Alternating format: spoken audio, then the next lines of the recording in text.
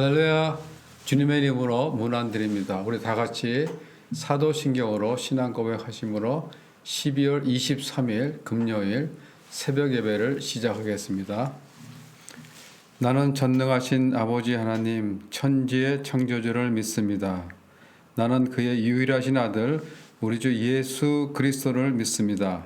그는 성령으로 잉태되어 동정녀 마리아에게서 나시고 본디오 빌라도에게 고난을 받아 십자가에 못 박혀 죽으시고 장사된 지 사흘 만에 죽은 자 가운데서 다시 살아나셨으며 하늘에 오르시어 전능하신 아버지 하나님 우편에 앉아 계시다가 거기로부터 살아있는 자와 죽은 자를 심판하러 오십니다. 나는 성령을 믿으며 거룩한 공교회와 성도의 교제와 죄를 용서받는 것과 몸의 부활과 영생을 믿습니다. 아멘. 하나님 감사합니다. 오늘도 저희들에게 귀한 생명 주시고 또 이 아침 예배 자리로 불러주심을 감사를 드립니다. 오늘 이 아침에도 말씀 사묵고자 나온 저희들의 심령을 성령께서 충만케 하여 주셔서 이 예배 가운데 함께 하시는 주의 임재를 경험하는 시간이 될 수 있도록 아버지께서 인도하여 주시옵소서. 저희들 오늘 하루도 살아갈 때 주의 은혜와 사랑 속에 살게 하시고 오늘 주신 말씀이 저희들의 마음밭에 심겨져 우리들의 삶 현장에서 그리스도 예수의 향기를 드러내는 귀한 삶의 현장이 될 수 있도록 아버지께서 인도하여 주시옵소서. 이 시간 피로 쓰신 귀한 하나님의 말씀을 받습니다. 주신 말씀 우리가 함께 나누고 묵상할 때 은혜가 넘치는 귀한 시간이 될 수 있도록 아버지께서 함께하여 주시옵소서. 감사드리며 예수님 이름으로 기도드리옵나이다. 아멘. 오늘 우리에게 주신 하나님의 말씀은 베드로후서 3장 14절부터 18절까지입니다. 베드로후서 3장 14절부터 18절 찾으셨으면 제가 봉독해 드리겠습니다. 그러므로 사랑하는 자들아 너희가 이것을 바라보나니 주 앞에서 점도 없고 흠도 없이 평강 가운데서 나타나기를 힘쓰라. 또 우리 주의 오래 참으심이 구원이 될 줄로 여기라. 우리가 사랑하는 형제 바울도 그 받은 지혜대로 너희에게 이같이 썼고 또 그 모든 편지에도 이런 일에 관하여 말하였으되 그 중에 알기 어려운 것이 더러있으니 무식한 자들과 굳세지 못한 자들이 다른 성경과 같이 그것도 억지로 풀다가 스스로 멸망에 이르느니라. 그러므로 사랑하는 자들아 너희가 이것을 미리 알았은즉 무법한 자들의 미혹에 이끌려 너희가 굳센 데서 떨어질까 삼가라. 오직 우리 주 곧 구주 예수 그리스도의 은혜와 그를 아는 지식에서 자라가라. 영광이 이제와 영원한 날까지 그에게 있을지어다. 아멘.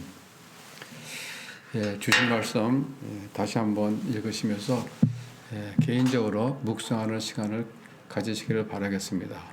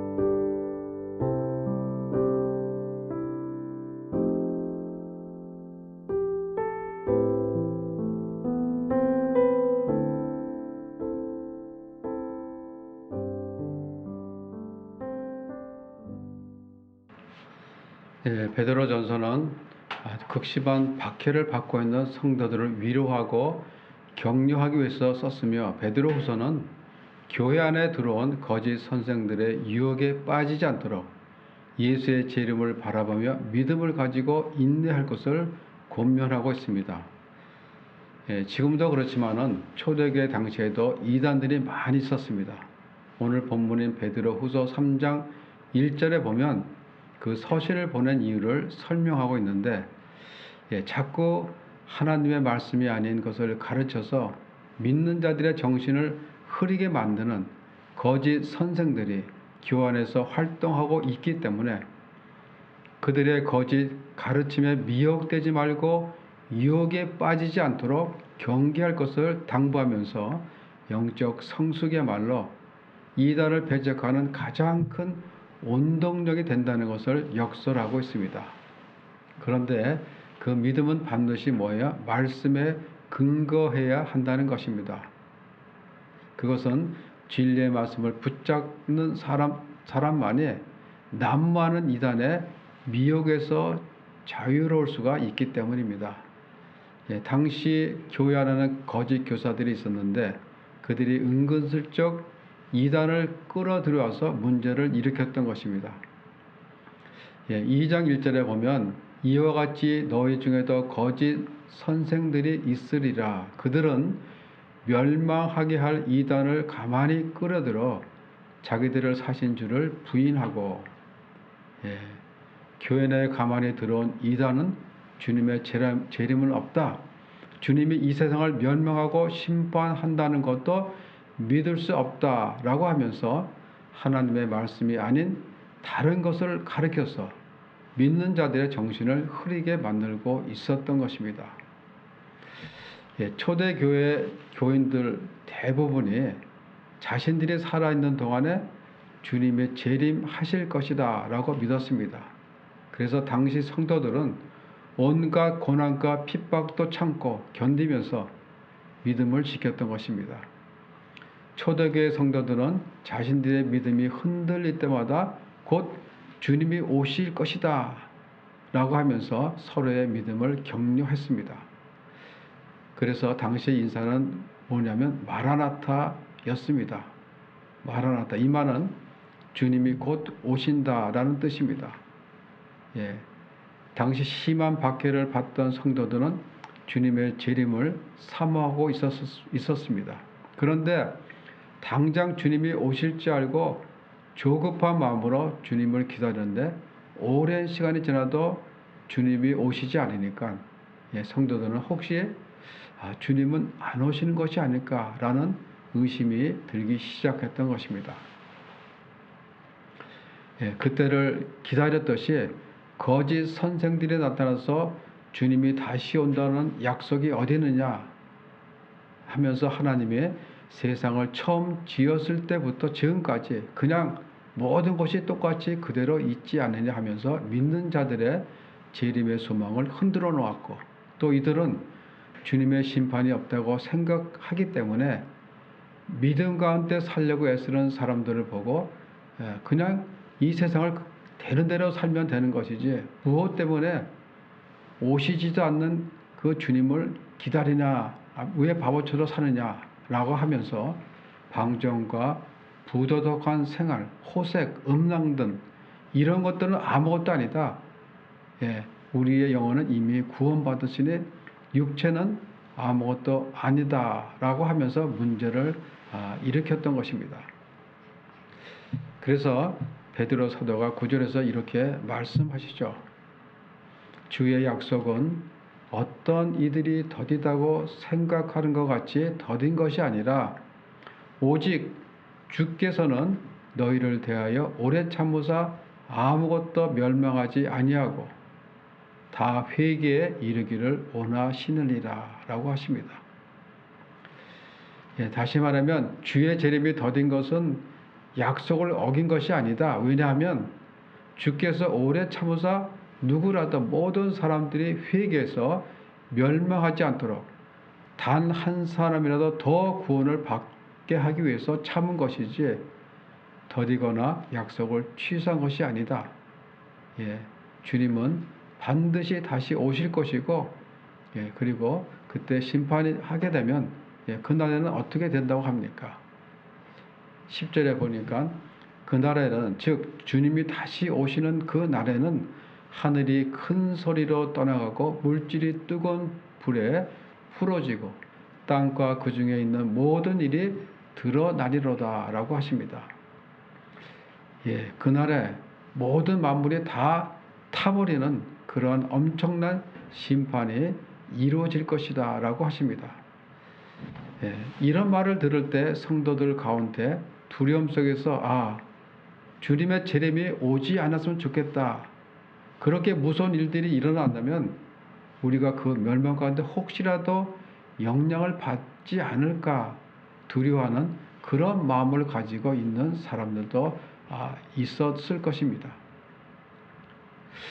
그런 마음을 가지고 있는 사람들에게 베드로 사도가 이렇게 말씀하십니다. 13절에 보면 우리는 그의 약속대로 의가 있는 곳인 새 하늘과 새 땅을 바라보도다.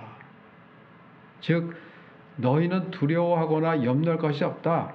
주님이 다시 오실 때 그런 무서운 심판이 있지만은 하나님을 의지하고 믿는 성도들은 뭐예요? 하늘과 땅의 모든 것이 다 사라질지라도 우리 그리스도인들에게는 새 하늘과 새 땅이 약속되어 있다는 것입니다. 이 세상은 불의하고 더럽지만 의로운 그 나라로 인도해 주실 것이기 때문에 너희는 그날이 올 것을 간절히 사모하며 바라보라고 그렇게 말씀하고 있는 것입니다. 여러분, 주님의 재림은 무섭고 두려운 일이 아니고 뭐예요? 우리를 의로운 나라로 인도해 주시는 복된 영광의 날인 것을 믿으시고 우리 모두는 그날이 올 것을 간절히 사모하고 기다리는 모두가 되시기를 바랍니다. 베드로 사도가 이 글을 쓸 당시에 그리스도인들은 극심한 박해를 받고 있었습니다. 그러나 핍박보다 더 무서운 것은 이단에게 미혹되는 것입니다. 핍박과 고난은 오히려 우리의 믿음을 연단시키고 예수 그리스도의 십자가를 더 바라보게 하지만은 이단에 빠지게 되면 뭐예요? 자신뿐만 아니라 그리스도의 몸된 교회도 멸망에 이르게 되기 때문입니다. 그래서 오늘 읽은 본문은 베드로 후서의 결론적 권면으로서 재림의 날을 사모하고 기다리는 성도들이 이 세상을 살아가는 동안 어떻게 살아야 될 것인가, 재림을 기다리면서 거짓 교사들과 이단에 빠지지 않으려면 어떻게 살아가야 하는지 오늘 본문 말씀은 새하늘과 새 땅을 소망하면서 살아가는 우리 모두들의 삶의 자세, 즉 이 시대를 살아가고 있는 모든 그리스도인들이 살아가야 될 그 삶의 자세, 삶의 방법에 대한 중요한 그런 말씀들이 기록되어 있습니다. 첫째로 우리가 14절에 보면 그러므로 사랑하는 자들아 너희가 이것을 바라보니 주 앞에서 점도 없고 흠도 없이 평강 가운데 나타나기를 힘쓰라 라고 말씀하십니다. 주님의 약속대로 새하늘과 새 땅을 바라볼 때 주 앞에서 점도 없고 흠도 없이 나타나기를 힘쓰라고 하십니다. 점도 없고 흠도 없는 것이 무엇이죠? 베드로후서 2장 13절에 보면 불의의 갑으로 불의를 당하며 낮에 즐기고 노는 것을 기쁘게 여기는 자들이니 점과 흠이라. 여기서 어떤 사람들을 점과 흠이라고 얘기했는데 그들이 누구냐면 불의의 갑을 받은 사람들이라고 말하고 있습니다. 정당하지 못한 돈을 욕심내는 사람들입니다. 대낮부터 즐기고 향락을 사랑하는 자들입니다. 2장 10절에서 보면 그들은 육체의 정력을 추구하고 음란을 행하는 자들이라고 말하고 있습니다. 그러니까 점과 흠이란 불의한 것, 물질에 대한 탐심, 그리고 쾌락을 추구하는 것 등 이런 것들이 점과 흠이라는 것입니다. 즉 우리 성도들은 순결하고 깨끗하고 정직하게 살라는 것입니다. 점과 흠이 있으면 뭐예요? 불안하죠. 주님의 재림이 오지 않기를 바라는 사람이 그랬습니다. 점과 흠이 없어야 두려움 없이 아주 편안한 마음으로 주님의 재림을 맞이할 수가 있는데 그렇지 못하니까 불안한 거죠. 여러분, 우리가 어린 양의 혼인잔치의 청함을 받으려면 깨끗한 세마포옷을 입어야 하는데 이 세마포 옷은 성도들의 옳은 행실이라고 말하고 있습니다. 우리가 계시록 19장 7절과 8절에 보면 이렇게 말씀하십니다. 어린 양의 혼인 기약이 이르렀고 그의 아내가 자신을 준비하였으므로 그에게 빛나고 깨끗한 세마포 옷을 입도록 허락하셨으니 이 세마포 옷은 성도들의 옳은 행실이로다. 성도들의 옳은 행실이란 뭐예요? 깨끗하고 정직한 불의하지 않은 행실을 말합니다. 즉 점과 흠이 없어야 우리가 어린 양 혼인잔치에 청함을 받을 수가 있다는 것입니다. 불법과 불의가 우리 가운데 있으면 주님을 만나러 가는 것이 편할 수가 없고 불안하고 두려운 것입니다. 그것은 마치 에덴 동산에서 아담과 하와가 하나님께 죄를 짓자마자 어떻게 합니까? 동산 그늘 사이에 숨죠. 하나님을 만나는 게 두려운 거죠. 주님께 예배 드리러 나오실 때 내가 한 주간을 살면서 하나님 말씀 가운데 과연 점과 흠이 없이 그렇게 살았다면 주일날 교회에 나오는 발걸음은 한결 가볍고 편할 것입니다. 오늘은 또 어떤 은혜를 받을까 하면서 설레는 마음으로 그렇게 나오게 된다는 것이죠.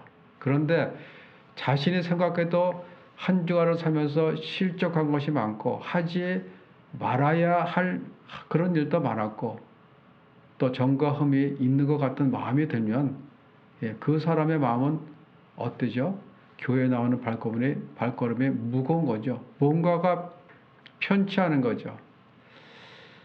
우리 그리스도인들이 이 세상 속에 살아가면서 세속에 물들지 않게 살아가는 것은 결코 쉬운 일이 아니지만은 가장 좋은 방법은 그 유혹의 장소에 가지 않는 것입니다. 오라고 그럴 때 그곳에 가서 고민하고 안 갈 걸 그랬나 하면서 후회하지 마시고 노할 때는 노를 하고 피할 때는 피해야 하는 것이 최상의 방법이 아닐까 생각합니다. 우리가 시편 1편 1절에 보면 복 있는 사람은 즉 하나님의 말씀을 따라 사는 사람들의 특징을 말하고 있는데 뭐라고 말하고 있습니까? 악인의 꾀를 따르지 아니하고 따라가다가 끊는 거예요.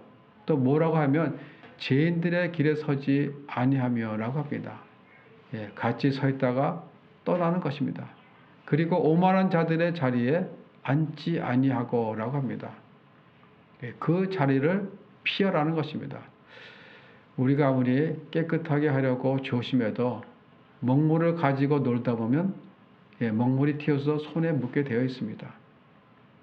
그래서 우리 모든 그리스도인들은 이러한 세상 속에 살면서 끊어야 할 것은 끊고 피해야 할 것은 피함으로써 깨끗하고 순결하게 사셔서 우리 주님이 다시 오실 때 평강 가운데 주님을 만나기를 힘쓰는 모두가 되시기를 바랍니다. 두 번째로 재림을 기다리는 성도들은 어떤 삶을 살아야 하는가? 15절을 보겠습니다. 또 우리 주의 오래 참으심이 구원이 될 줄로 여기라. 주님이 오래 참으신 것은 9절에서도 말씀하셨듯이 주님의 약속이 더딘 것은 우리가 회개해서 한 사람에도 구원을 받게 하기 위해서라는 것입니다. 그것이 바로 하나님의 뜻인 것입니다.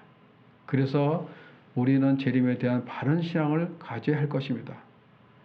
재림에 대한 바른 신앙을 갖기 위해서는 16절에 보면 이렇게 말씀하십니다.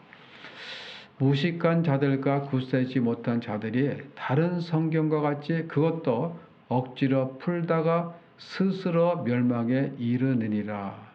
예. 성경에 보면 재림에 관한 말씀을 바울도 이야기했고 베드로도 이야기했죠. 데살로니가 말씀에 보면 주님의 재림에 대해 그날은 뭐예요? 도적같이 온다라고 말씀하셨습니다. 그런데도 무식한 자들과 굳세지 못한 자들이 성경을 억지로 풀라고 한다는 것입니다. 예, 무식한 자들이란 세상 지식이 없는 사람들이 아닙니다. 교육도 제대로 받지 못한 그런 사람들이 아니라 그들은 영적으로나 도덕적으로 바른 감각이 없는 사람들을 말하고 있습니다.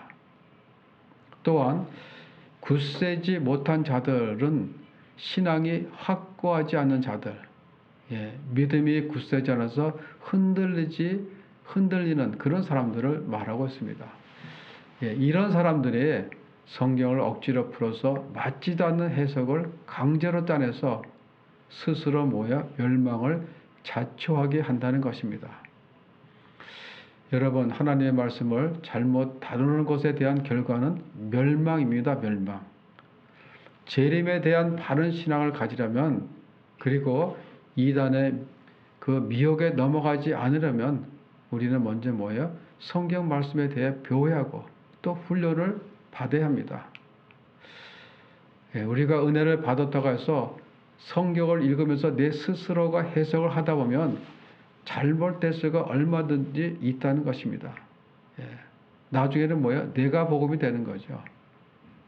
그래서 모든 우리 그리스도인들이 오늘 말씀처럼 무식한 자들과 굳세지 못한 자들이 억지로 성경을 풀다가 스스로 멸망당한 그 전철을 밟지 않도록 우리는 성경을 열심히 배우고 훈련을 쌓아 가야 된다는 것입니다.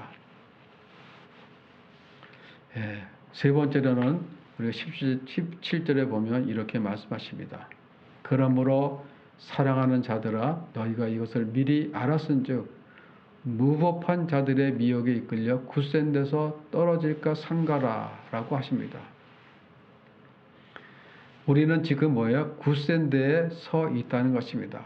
굳센 데라는 것은 믿음의 터, 즉 믿음의 반석을 의미합니다. 그래서 반석 같은 믿음과 그 말씀과 함께 서 있으면 우리는 굳센 데 서 있는 것입니다. 그런데 이 굳센 데에 서 있는 우리들을 굳센 데에 있지 못한 자들, 즉 무법한 자들이 자꾸 끌어내리려 한다는 것입니다. 세상의 것들로 미혹에 빠뜨리려고 하고 있다는 것이죠. 우리는 그들의 술수를 알아차리고 우리는 단호히 단절해야 한다는 것입니다. 우리 그리스도인들은 비둘같이 순결하여도 하지만은 또한 뱀같이 지혜로워도 해야 한다는 것입니다. 그래서 악한 것들을 분별해서 끊어야 될 것은 끊어야 된다는 것입니다. 요즘 이단들은 가까이 접근해서 더 공격적으로 우리 그리스도인들을 미혹하고 굳센 데서 떨어뜨리려고 길을 쓰고 있는데 우리는 이럴 때일수록 영적으로 더욱 성숙해져야 한다는 것입니다. 사람들이 어디 좋은 성경 배우는 곳이 있다라든지 또 어디서 뜨거운 그런 집회가 있다고 할 때 그냥 생각 없이 가려고 하지 마시고 반드시 점검을 하셔야 된다는 것입니다. 내가 들어오면 알지 라고 하다가 빠져들 수가 있다는 것입니다. 이단들이 이렇게 믿는 자들을 영적으로 또는 세상적인 것들로 자꾸 끌어내려 할 때 미혹에 빠지지 않도록 경계하고 과감하게 끊어서 굳센 데서 떨어지지 않도록 진리를 사수해야 된다는 것입니다. 베드로 사도는 마지막으로 우리 모든 그리스도인들이 추구해야 할 것이 무엇인가에 대해서 말씀하고 있습니다. 18절에 보면 오직 우리 주 곧 예수 그리스도의 은혜와 그를 아는 지식에서 자라가라. 예수 그리스도를 아는 지식에서 성장해 가라라고 하십니다. 베드로 사도는 자라가라라고 명령함으로 우리 그리스도인들의 영적 성장은 뭐예요? 선택이 아니라 마땅히 있어야 할 것임을 말해주고 있는 것입니다. 바울 또한 에베소서 4장 15절에서 이와 같이 말하고 있습니다.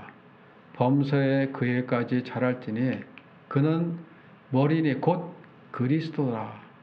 이 말씀은 우리 그리스도인의 성장은 그리스도에까지 자라가되 뭐예요? 지속적이 되어야 된다는 것입니다. 우리가 신앙생활을 처음 시작할 때는 마치 갓난아이처럼 아무것도 모르지만은 하나님의 말씀을 듣고 은혜를 받으면서 우리의 신앙이 점점 자라야 된다는 것입니다. 갓난아이는 소화 기능이 약해서 모유나 우유만을 먹지만은 점점 자라면서 뭐야? 딱딱한 음식도 먹을 수 있게 되고 또 몸도 가누지를 못하고 있다가 뭐야? 점차로 몸도 뒤집고 또 기면서 그리고 금방 그렇게 걷게 됩니다.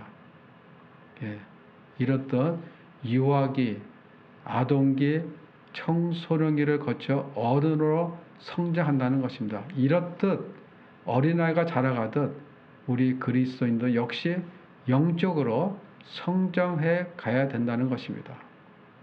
그런데 신앙생활을 10년, 20년 그렇게 오래 해도 그냥 그대로인 성도들이 없지 않아 많이 있다는 것입니다. 우리 그리스도인들은 한 해를 보내고 또 새해를 맞이할 때마다 얼마나 자신의 신앙생활이 더 나아졌는지 영적으로 얼마나 더 성장해 나가고 있는지를 뒤돌아볼 필요가 있다는 것입니다.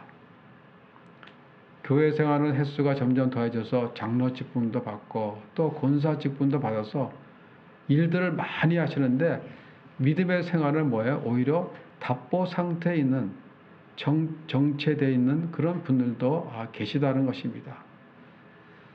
하나님은 그것을 기뻐하지 않는다고 성경에서 분명히 말씀하고 계십니다. 우리가 히브리서 10장 38절에 보면 이런 말씀이 있습니다.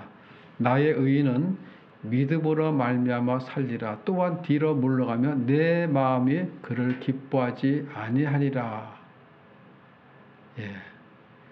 뒤로 물러가면 내 마음이 기뻐하지 아니하리라 라고 하십니다. 우리의 신앙이 뒤로 물러가면 주님의 마음이 기뻐하지 않는다는 것입니다. 이어서 39절에 보면 우리는 뒤로 물러가 멸망할 자가 아니요.